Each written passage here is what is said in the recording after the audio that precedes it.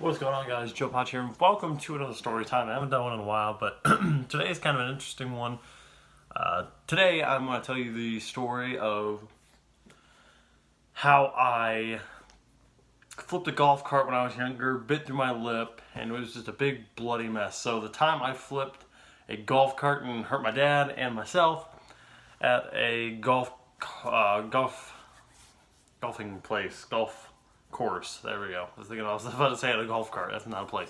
So, yeah, let's just get right into it. So this was about 5 years ago, 6 years ago. No, that was much longer. That was like 8 or 9 years ago, I believe.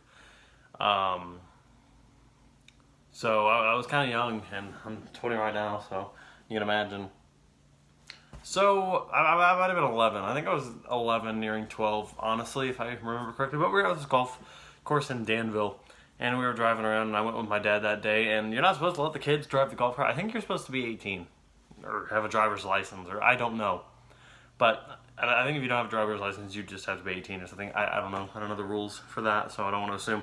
But so him and I were driving around, and things are going okay and whatnot, and we're driving around and we're having fun, and I'm just riding with him, and he's basically the one playing. I'm not playing with him at that golf course.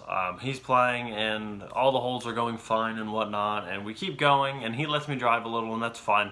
And he also lets me drive down. I remember this steep hill that I went down, so I drove down that, and that was pretty fun.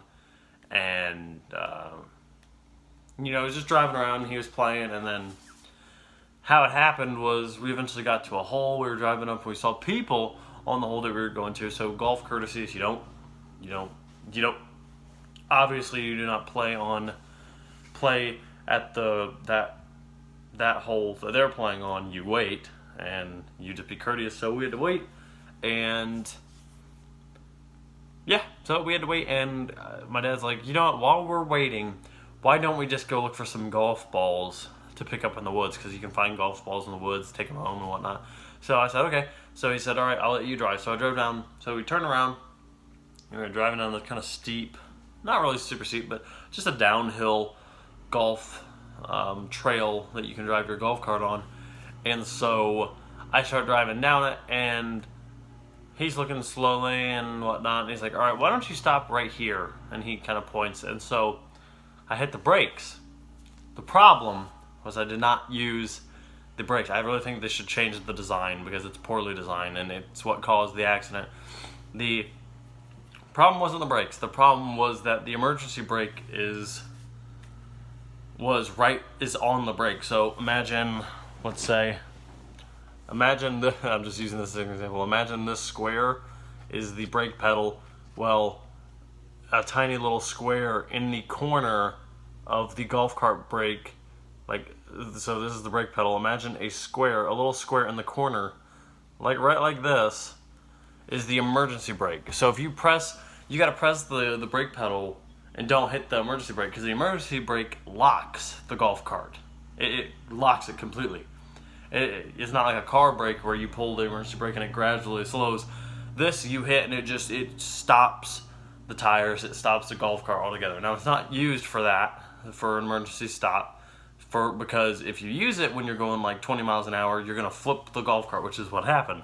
So I was pushing on the brake, but I guess my foot hit the brake pedal, the emergency brake square, which engaged that, and it did not go any further, but it flipped. Now, we're going down a hill, and I hit it, and the golf cart immediately swedges to the left. So we're driving, and it immediately turns to the left, and I am catapulted out of the golf cart. I remember that I am catapulted, and when I say that, I mean that in all senses of the word, all definitions of the word. I was flung, I think, maybe 7 feet up in the air, and then about 7 feet forward.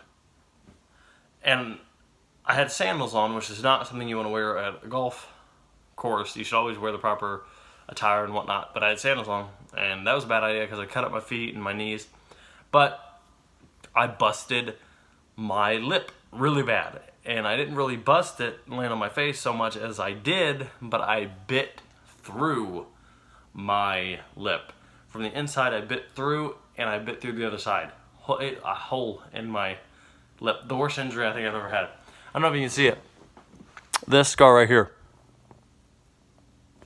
You see that little that little white line? That's from that. Yeah, and I remember just feeling no pain at first, but knowing that it was gonna hurt later. And I looked over, and my dad is trapped under the golf cart. He wasn't really hurt at all. Wasn't hurt, just taken by surprise. Just had like a cut and a bruise or something. He wasn't hurt. He was totally fine from that incident. No injuries at all. But the way the golf cart was tilted over, he was trapped under it, and gasoline was pouring on him, like dripping on him and leaking on him. And thank goodness it didn't start a fire, because he would have been burnt up.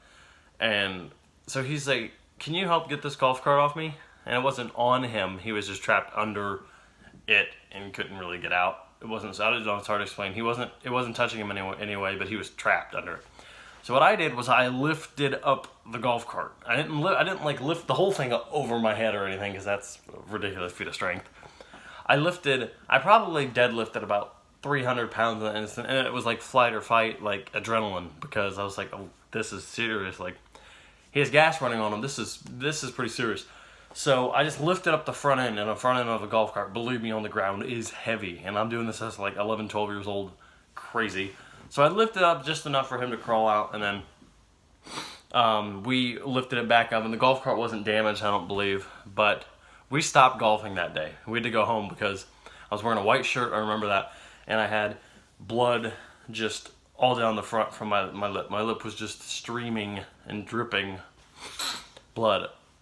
I'd say I lost like 1/4 of a cup of blood from that, and it was all over my shirt and everything. And then it started to set in as we were driving away. And even then, it didn't really hurt that bad, because I don't know, the lips don't have a lot of nerve endings or something. I mean, I don't know. I mean, they do, but it just didn't really hurt that bad. It was sore the next day for sure. But we drive home, and I remember it dripping, and I remember getting in the shower. That was the fun part. I got in the shower when I got home, washed up, and I remember leaning against the wall of the shower opposite of the spray head, the shower head, and I remember just watching the blood just stream from my face and drip and make color the water in this pink hue. That was bleeding a lot, and eventually it stopped. And it wasn't really sore the first day, if I recall. It hurt, but it was really sore when I woke up the next day, because it had been sitting overnight as I slept. We took care of it, but you know, I mean, I should have gone to the hospital, but I thought it was just, I didn't really know I bit through this side. I really never figured that out until I was older, and I'm like, there is a scar here, but you know, you couldn't like move my lip and see a hole through. But it did bite all the way through. My tooth did bite all the way through my lip. We never noticed that it went through this side. I just thought it was the inside. So I slept through the night, and that's when it was really sore. I remember my dad had to go to work early in the morning, and he took me to my grandma's for her to watch me. And it was like 6 in the morning.